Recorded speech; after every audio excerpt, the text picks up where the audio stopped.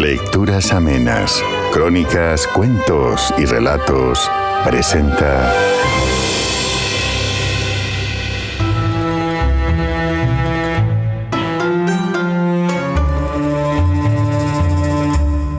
Las persianas, de Mario Benedetti. Marcelo llegó como todas las noches a su apartamento de solo. Lentamente se fue despojando. Sobre la mesita dejó el llavero, el bolígrafo, los lentes, la billetera, la cajita de preservativos. Siempre llevaba una, por las dudas, aunque, por lo general, acababa rota o arrugada de tanto vegetar en el bolsillito delantero del pantalón. El portafolios, el peine, el reloj con almanaque, el escarbadientes de plástico, las pastillas de pepsina y pancreatina, el pañuelo, la cédula de identidad con su cara de pocos amigos. Había en el ambiente un tufo bien espeso, así que puso en marcha el acondicionador de aire, no en el punto más violento, siempre que lo ponía, acababa resfriándose, sino en el más suave y silencioso. Se quitó el saco y la corbata, se arremangó la camisa, abrió la ventana. Desde el exterior venía un vaho caliente. Miró hacia el otro bloque del edificio. Casi todas las ventanas y persianas estaban cerradas. Le costó bastante cerrar las persianas. Voy a tener que cambiarle la falleba. Sumando los dos bloques, el edificio tenía apartamentos. En realidad, él tenía poca o ninguna relación con los otros habitantes. A veces, cuando asistía a la asamblea de propietarios, conversaba 5 minutos con uno u otro, lo suficientes para ofrecer o aceptar un cigarrillo o lamentarse juntos por el calamitoso estado de las cañerías.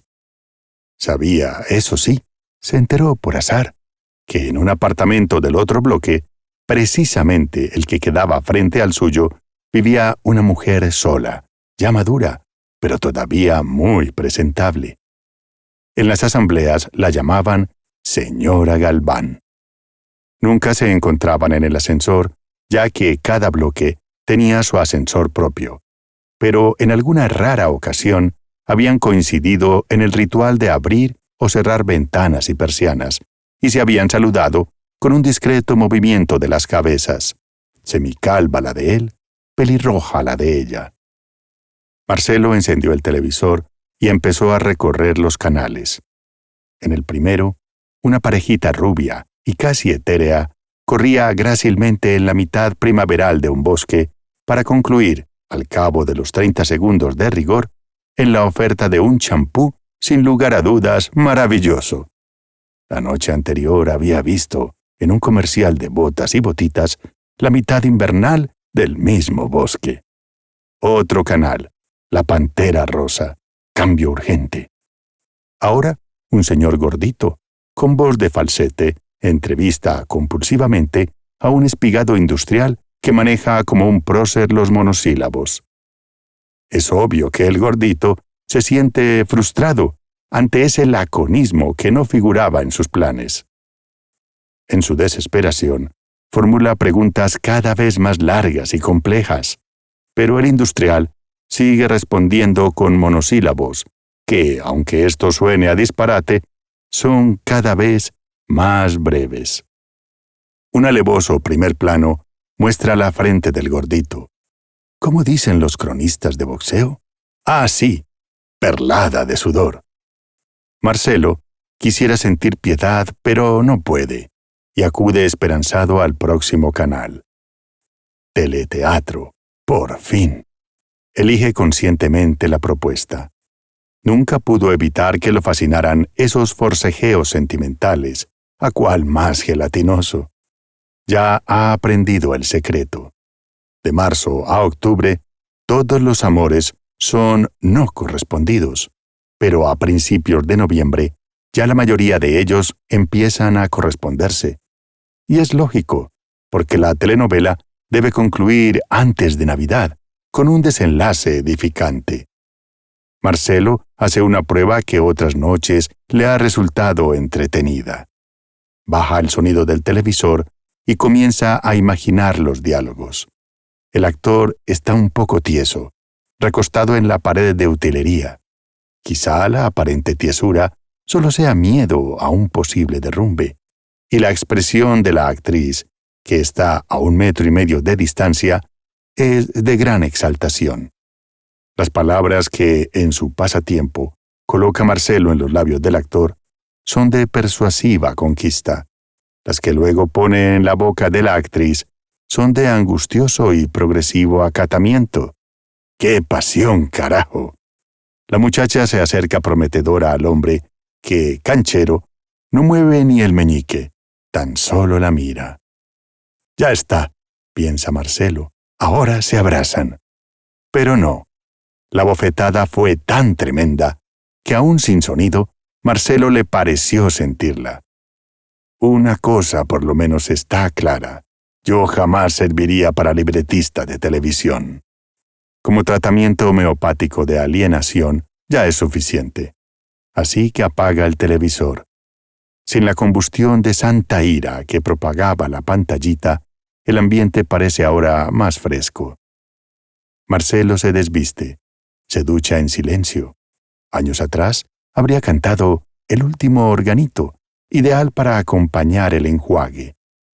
Vuelve así, desnudo, al ambiente único, secándose aún con la toalla a cuadros. Se enfrenta al espejo del placard y, como siempre, la imagen de su propia panza lo desalienta. Ya no sabe qué dejar de comer y de beber. Suspendió el pan, las bebidas gasificadas, los ravioles, la sal, los postres. Todo en vano. La cintura apenas disminuyó 3 centímetros en 5 meses. 5 meses que fueron, en cuanto a alimentación, los más aburridos de sus 39 años. En ese preciso instante, decide que el sacrificio no vale la pena, y para mañana se promete un almuerzo con pastas, vino tinto y copa melba. Reconoce que la decisión es cobarde, pero también estimulante. Nuevamente se mira al espejo, y le parece notar cierto bultito en la ingle. Se acerca más al espejo, pero no alcanza a distinguir de qué se trata, ya que esa zona está cubierta de vello. Entonces se coloca los anteojos y vuelve a examinarse. Es algo así como un forúnculo todavía inmaduro. Se tranquiliza. De frente a la ventana cerrada, hace ejercicios respiratorios durante 5 minutos. Luego lo suspende porque no quiere sudar. Hace ademán de ponerse el pijama, pero desiste. Con este calor, será mejor dormir desnudo. Enciende la radio portátil y suena el viejo y querido bandoneón de Troilo. Como burlándose de sí mismo, baila unos pasos de tango. ¡Qué desastre! Así como está, solo y desnudo, con cortes y todo. Pero el bandoneón deja paso al informativo gigante. ¿Cómo será un informativo enano? Y por ahora, las noticias no son bailables. Puede que lo sea cuando muera Franco, pero ¿morirá? Entonces se acuesta, lee un rato, pero este 7º círculo no es muy entretenido. Apronta el despertador, apaga el portátil y trata de dormir. Entonces llega al consabido calambre de pie izquierdo. Los dedos se le encogen, como si quisieran pellizcar la sábana. Putea un poco, con la escasa convicción de quien no tiene destinatario a la vista. No hay otro remedio que encender la luz, levantarse, saltar en un solo pie, absolutamente ridículo, masajearse durante un largo rato la zona acalambrada hasta que los 5 ganchos vuelven a ser dedos. Otra vez se acuesta, y ahora sí, se duerme enseguida, como escurriéndole el bulto al próximo calambre. La pesadilla no es demasiado terrible. Él camina por un puente que no está sobre un río, sino sobre la tierra, y abajo, junto a un arbusto rojizo, está Mabel, su antigua novia de provincia. Él quiere gritarle, llamarla, pero aunque mueve los labios, no le sale la voz. Ella mira obstinadamente a otra parte, como buscando o esperando a alguien que, por supuesto, no es él. No lo sacude el despertador. En realidad, lo despierta la luz del nuevo día. En un primer instante, cree estar despertando de una larga siesta, pero enseguida advierte su error y se sobresalta cuando comprende cuál es la causa de tanta luz. Las persianas están abiertas.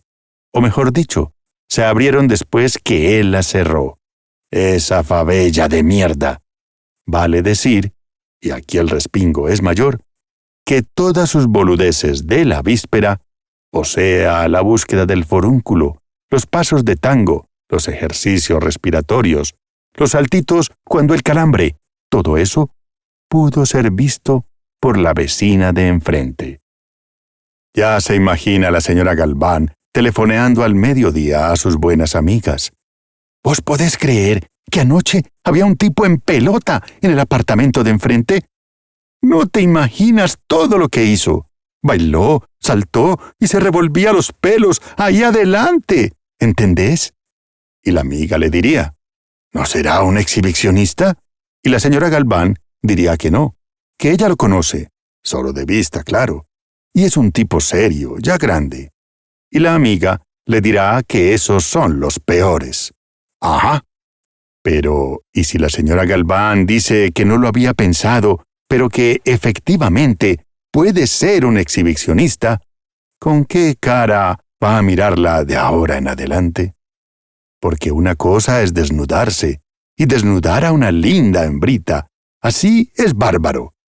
Pero que semejante pelotudo brinde un estúpido show con las persianas abiertas, eso le parece sencillamente una porquería. Se viste rápidamente. Se lava la cara y los dientes. En verano siempre prefiere bañarse de noche. Además, quiere salir lo más temprano posible a fin de no encontrarse en el hall del edificio con la señora Galván. Antes de salir, casi cierra las persianas. ¿Para qué? Tarde piaste. Baja en el ascensor número 2, pero al abrir la puerta en planta baja, ve a la señora Galván. Evidentemente, el encuentro para ella es un shock. Marcelo, por su parte, no la puede mirar de frente. Pide permiso y se queda unos minutos en la puerta de la calle, esperando a nadie. La mujer permanece un momento junto a la puerta del ascensor.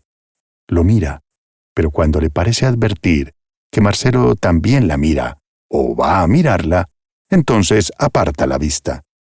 Por fin, Marcelo percibe que ella va a acercarse. Está a punto de huir despavorido, pero prefiere aclarar la situación. Hay que cortar por lo sano. La señora Galván se para junto a él. Señor, quiero decirle que comprendo perfectamente que usted esté asombrado, estupefacto, y hasta que no me mire y apenas me salude. ¿Yo? Balbucea Marcelo. Sí, usted, pero no quiero que piense mal de mí. Soy una distraída, eso lo admito, pero nada más, ¿sabe? Yo tenía la secreta esperanza de que usted no se hubiera dado cuenta. Pero su actitud es demasiado elocuente, señor. Y aunque usted tiene todo el derecho de pensar que soy una fresca o una mentirosa, le aseguro que anoche yo creí que había cerrado mis persianas.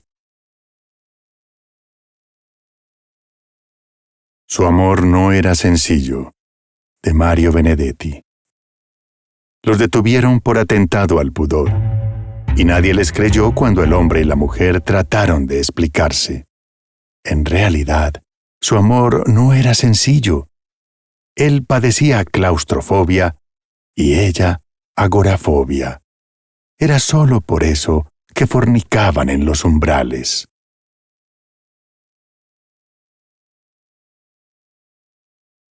Los astros y vos, de Mario Benedetti.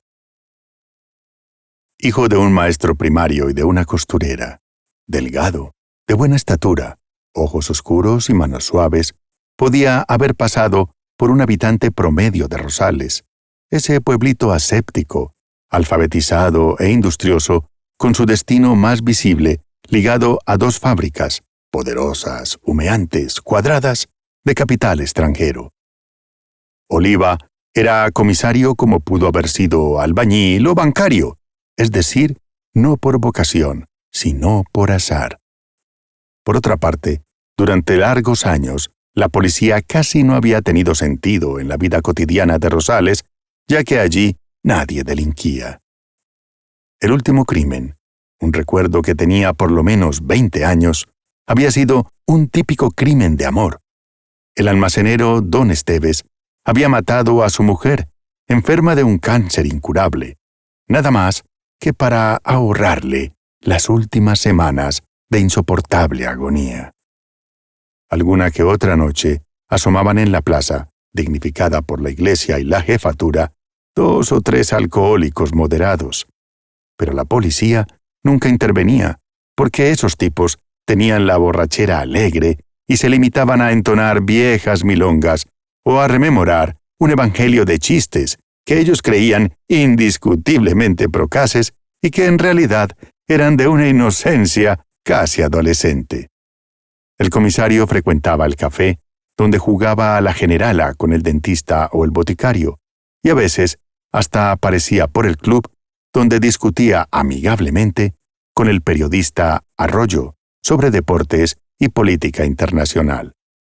En rigor, la especialidad periodística de Arroyo no eran ni los deportes ni la política internacional, sino la sabia, escurridiza astrología. Pero en su diaria sección de horóscopos, Los astros y vos, hacía a menudo referencias muy concretas y muy verificables sobre distintos matices de un futuro presumiblemente cercano.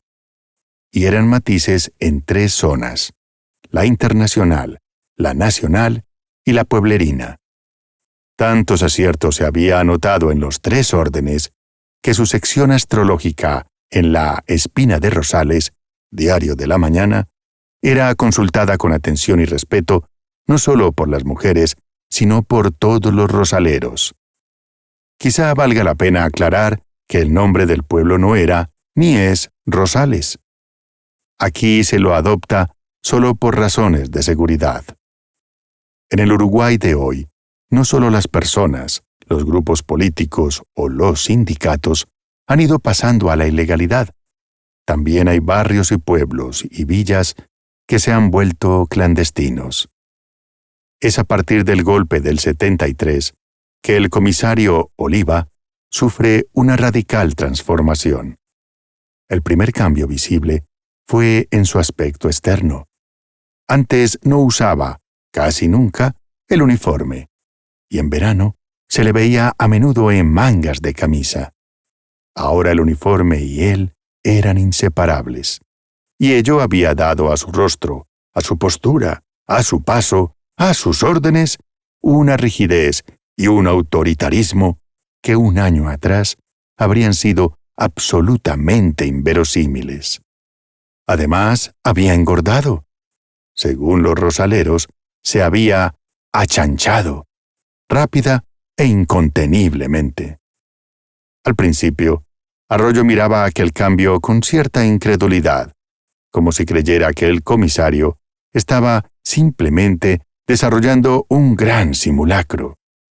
Pero la noche en que mandó a detener a los 3 borrachitos de rigor por desórdenes y vejámenes al pudor, cuando la verdad era que habían cantado y contado como siempre, esa noche, Arroyo comprendió que la transformación iba en serio. Y al día siguiente las columnas de Los astros y vos comenzaron a expresar un pronóstico sombrío para el futuro cercano y rosalero. El único liceo del pueblo tuvo por primera vez un paro estudiantil. Al igual que en otras localidades del interior, asistían al liceo jóvenes de muy desparejadas edades. Unos eran casi niños y otros eran casi hombres. En este paro inaugural, los muchachos protestaron contra el golpe, contra el cierre del Parlamento, contra la clausura de sindicatos, contra las torturas. totalmente desprevenidos con respecto al cambio operado en Oliva, desfilaron con pancartas alrededor de la plaza, y antes de concluir la segunda vuelta, ya fueron detenidos. Todavía los policías les pidieron disculpas. Algunos eran tíos o padrinos de los revoltosos, agregando a nivel de susurro, entre crítico y temeroso, que eran cosas de Oliva. De los 60 detenidos, antes de las 24 horas, el comisario soltó a 50, no sin antes propinarles una larga filípica, en el curso de la cual dijo, entre otras cosas, que no iba a tolerar que ningún mocoso lo llamara fascista. A los 10 restantes, los únicos mayores de edad, los retuvo en la comisaría, incomunicados. A la madrugada, se oyeron claramente quejidos, pedidos de auxilio, gritos desgarradores. A los padres, y sobre todo a las madres, les costó convencerse de que en la comisaría estaban torturando a sus muchachos, pero se convencieron. Al día siguiente, Arroyo se puso aún más sombrío en su anuncio astrológico. Soltó frases como estas: «Alguien acudirá a siniestras formas represivas destinadas a arruinar la vida de Rosales, y eso costará sangre, pero a la larga fracasará». En el pueblo solo había un abogado que ejercía su profesión, y los padres acudieron a él para que defendiera a los 10 jóvenes. Pero cuando el doctor Borja se lanzó a la búsqueda del juez, se encontró con que éste también estaba preso. Era ridículo, pero además era cierto.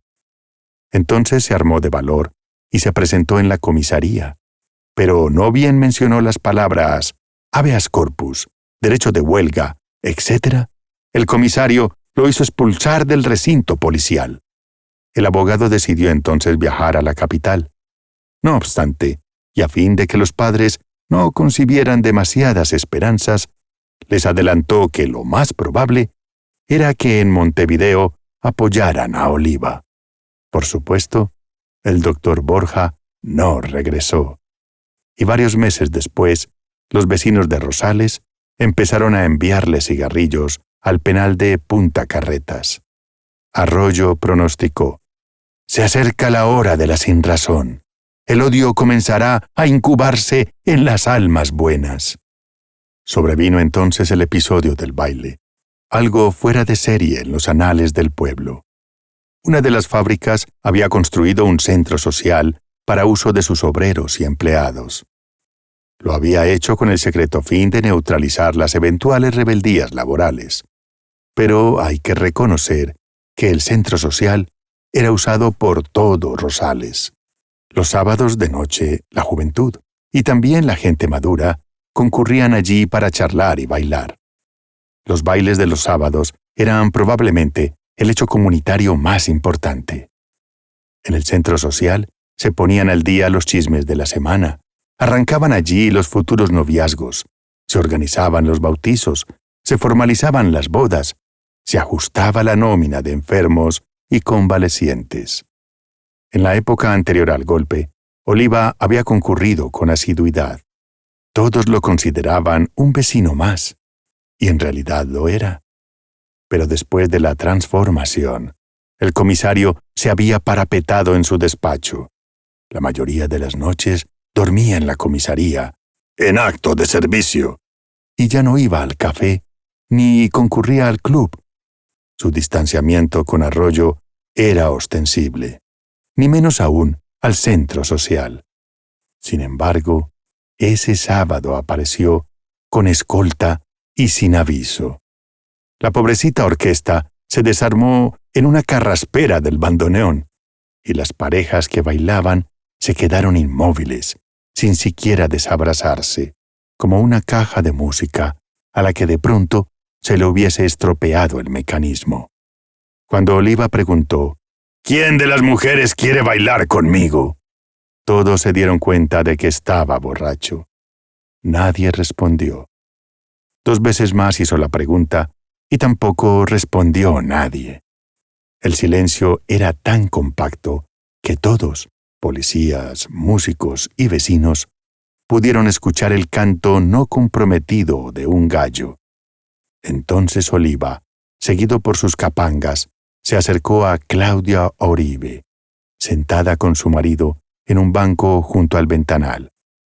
En el 6º mes de su primer embarazo, Claudia, rubia, simpática, joven, bastante animosa, se sentía pesada y se movía con extrema cautela, ya que el médico le había prevenido contra los riesgos de un aborto. «¿Querés bailar?», preguntó el comisario, tuteándola por primera vez y tomándola de un brazo. Aníbal, el marido, obrero de la construcción, se puso de pie, pálido y crispado. Pero Claudia se apresuró a responder. «No, señor, no puedo». «Pues conmigo vas a poder», dijo Oliva. Aníbal gritó entonces. «¿No ve la barriga que tiene? Déjela tranquila, ¿quiere?» «No es con vos que estoy hablando», dijo Oliva. «Es con ella, y ella va a bailar conmigo». Aníbal se le fue encima, pero 3 de los capangas lo sujetaron. «¡Llévenselo!», ordenó Oliva, y se lo llevaron. Rodeó con su brazo uniformado la deformada cintura de la encinta, hizo con la ceja una señal a la orquesta, y cuando ésta reinició desafinadamente la queja interrumpida, arrastró a Claudia hacia la pista. Era evidente que a la muchacha le faltaba el aire, pero nadie se animaba a intervenir, entre otras contundentes razones, porque los custodias sacaron a ventilar sus armas. La pareja bailó sin interrupción 3 tangos, 2 boleros y una rumba. Al término de esta, y con Claudia a punto de desmayarse, Oliva la trajo otra vez hasta el banco y dijo: «¿Viste que podías?», y se fue. Esa misma noche, Claudia Oribe abortó. El marido estuvo incomunicado durante varios meses. Oliva disfrutó encargándose personalmente de los interrogatorios. Aprovechando que el médico de los Oribe era primo hermano de un subsecretario, una delegación de notables, presidida por el facultativo, fue a la capital para entrevistarse con el jerarca, pero éste se limitó a aconsejar: «Me parece mejor no mover este asunto. Oliva es hombre de confianza del gobierno. Si ustedes insisten en una reparación o en que lo sancionen, él va a comenzar a vengarse. Estos son tiempos de quedarse tranquilo y esperar. Fíjense en lo que yo mismo hago. Espero, ¿no?». Pero allá en Rosales, Arroyo no se conformó con esperar. A partir de ese episodio, su campaña fue sistemática. Un lunes, la columna Los Astros y Vos expresó en su pronóstico para Rosales: «Pronto llegará la hora en que alguien pague». El miércoles añadió: «Negras perspectivas para quien hace alarde de la fuerza ante los débiles». El jueves: «El autoritario va a sucumbir y lo merece». Y el viernes: «Los astros anuncian inexorablemente el fin del aprendiz de déspota». El sábado, Oliva concurrió en persona a la redacción de La Espina de Rosales. Arroyo no estaba. Entonces decidió ir a buscarlo a la casa. Antes de llegar, le dijo a los custodias: «Déjenme solo. Para entenderme con este maricón hijo de puta, yo me basto y me sobro». Cuando Arroyo abrió la puerta, Oliva lo empujó con violencia y entró sin hablarle. Arroyo no perdió pie y tampoco pareció sorprendido. Se limitó a tomar cierta distancia del comisario y entró en la única habitación que daba al zaguán y que oficiaba de estudio. Oliva fue tras él. Pálido y con los labios apretados, el periodista se situó detrás de una mesa con cajones, pero no se sentó. «¿Así que los astros anuncian mi fin?». «Sí», dijo Arroyo. «Yo no tengo la culpa. Son ellos que lo anuncian». «¿Sabes una cosa? Además de hijo de puta, sos un mentiroso». «No estoy de acuerdo, comisario». «¿Y sabes otra cosa?». Ahora mismo te vas a sentar ahí y vas a escribir el artículo de mañana. Mañana es domingo y no sale el diario. Bueno, el del lunes. Y vas a poner que los astros dicen que el aprendiz de déspota va a vivir muchos años. Y que los va a vivir con suerte y con salud. Pero los astros no dicen eso, comisario. ¡Me cago en los astros! ¡Vas a escribirlo y ahora mismo! El movimiento de Arroyo fue tan rápido que Oliva no pudo ni siquiera intentar una defensa o un esquive. Fue un solo disparo, pero a quemarropa.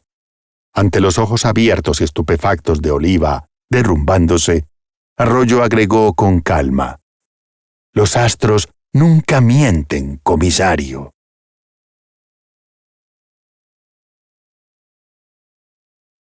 Eso, de Mario Benedetti. Al preso lo interrogaban 3 veces por semana para averiguar quién le había enseñado eso. Él siempre respondía con un digno silencio, y entonces el teniente de turno arrimaba a sus testículos la horrenda picana. Un día, el preso tuvo la súbita inspiración de contestar: «Marx, sí, ahora lo recuerdo, fue Marx». El teniente, asombrado pero alerta, atinó a preguntar: «Ajá. ¿Y a ese Marx, quién se lo enseñó?» El preso, ya en disposición de hacer concesiones, agregó: «No estoy seguro, pero creo que fue Hegel».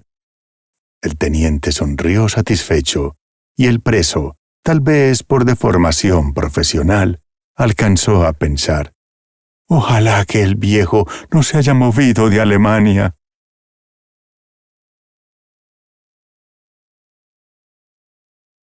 Fidelidades, de Mario Benedetti.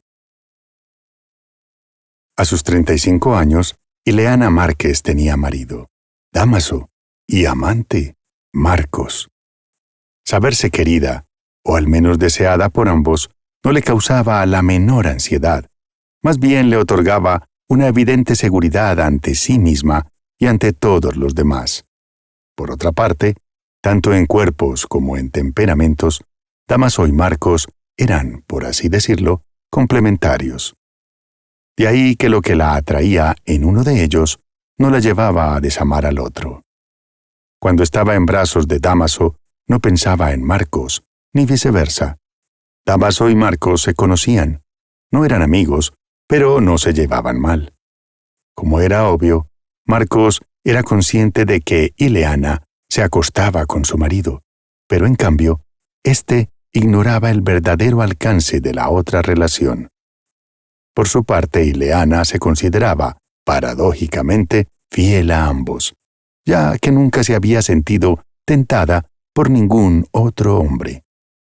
Sabía perfectamente el atractivo físico que su cuerpo, cuidado y hermoso, a pesar de, o tal vez debido a, su madurez, tenía para el marido y para el amante. Su propia piel, tersa y con un perfume propio, disfrutaba por igual con la piel aterciopelada de Marcos y la casi rugosa de Dámaso. Se sentía una mujer plena, dueña y señora de las 2 provincias de su sexo.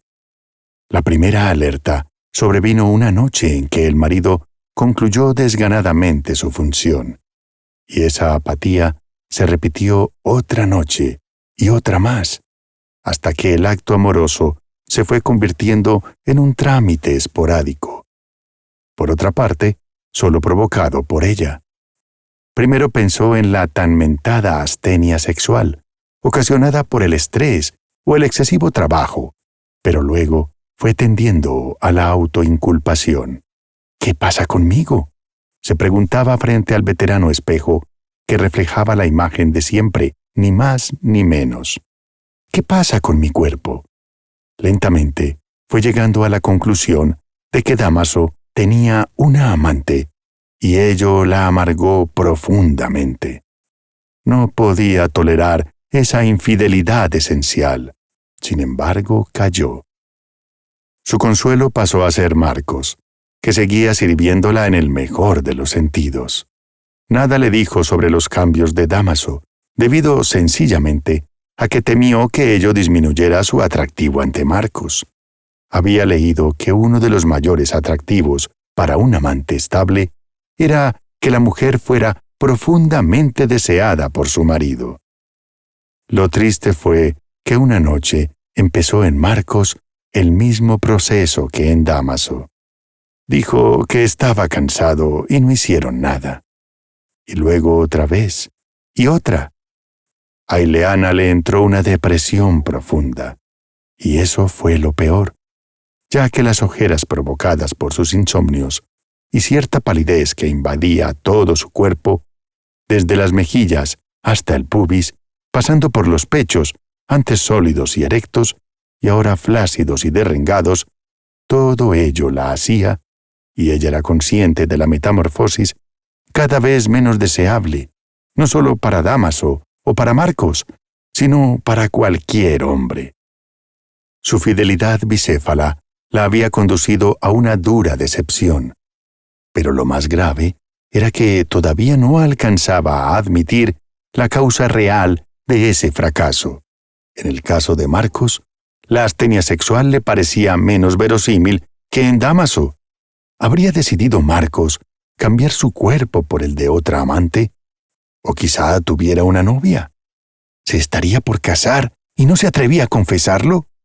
En rigor, el desapego de Marcos la había herido aún más que el de Dámaso, pues la ensayística erótica y las novelas del siglo XIX le habían enseñado que el tedio sexual era más corriente en los maridos que en los amantes. Un fin de semana tomó una decisión. Seguiría los pasos de Marcos, en primer término, y luego los de Dámaso. Quería saber la verdad definitiva. Solo así saldría del pozo. Ella conocía bien las rutinas de sus hombres. Marcos salía a las 6 de la tarde de su despacho y generalmente se dirigía a pie hasta su casa, ya que no vivía lejos. De modo que el lunes ella estacionó su coche a pocos metros de la oficina de Marcos, y poco después de las 6 vio que salía con algunos compañeros. En la esquina se separaron, y Marcos tomó un taxi. Ileana tuvo que apresurarse a arrancar. Por las dudas tenía el motor encendido, ya que no había calculado ese gesto. El taxi, 2 o 3 cambios de calles, tomó por Agraciada, luego por 19 de abril, y así hasta el Prado, donde se detuvo. Ileana también frenó su coche, siempre a distancia prudencial. Marcos descendió del taxi y tomó por uno de los caminos internos del parque. Ileana dejó que se alejara un poco. Luego bajó del auto y empezó a seguirlo. Vio que Marcos doblaba a la derecha y ella apresuró el paso para que no se le perdiera. Cuando por fin desembocó en un nuevo sendero, apenas iluminado por un sol que se iba, vio algo que en el primer instante la dejó estupefacta, y de inmediato le restituyó, como por encanto, su antigua y bien amada seguridad. Marcos y Dámaso se alejaban, de espaldas a ella, tomados de las manos.